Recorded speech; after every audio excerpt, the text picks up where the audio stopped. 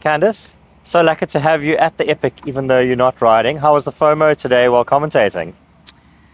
I must say there's an element of FOMO and there's an element of, it was also nice to sit in the commentary box with aircon and watch the race from a different point of view. It was a really exciting race to commentate for. And then your decision to not race the Epic this year because of the World Cups, do you feel, I mean, it's always difficult to know, but how did you go through the process of making that choice? Yeah, I think it was something that it was a difficult decision, but at the same time it seemed quite obvious with the path I want to take and the goals that I have for this year and possibly next year. I think we looked at some dates, we saw, okay, this isn't going to work so close to a World Cup, and free up more space for a really long season of cross-country racing. And it must be nice to be in the position where the sponsors allow you to do that and not to be in a position where you're chasing prize money and have to race the Epic. Yeah, I would say that actually has been the biggest difference. For the first time, I'm actually able to skip the Cape Epic. It's always having South African sponsors. It's a really important event, and it's something that I wanted to do in order to get a good result, because I believed I could, and then I could go race the cross country and who knows where I came. Whereas now they're supporting me overseas as well, internationally, and it's really nice to just be in a position to make that choice out of what's the best for my performance.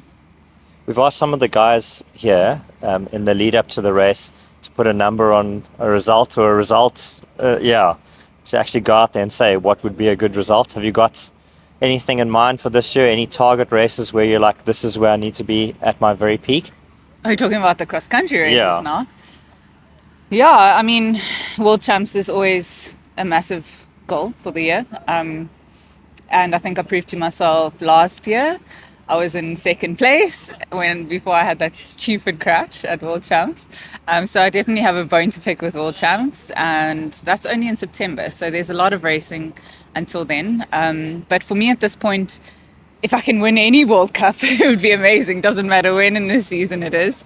But that's definitely a goal, to be consistent and hopefully to win 1 or 2 World Cups. Amazing. Thank you. And there.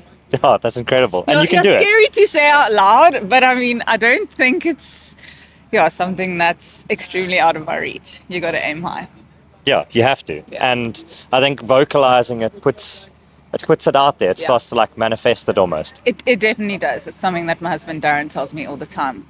Got to say your goals out loud, and it's part of living the process and believing it. And then looking back at today's race at the Cape Epic, were you a bit surprised at Samara and Margot's performance? I really was. I got to say, I spent a bit of time with Margot last year, obviously being on the E-Foot setup, and she struggled last year with a few things. So it's so nice to see her riding so strong.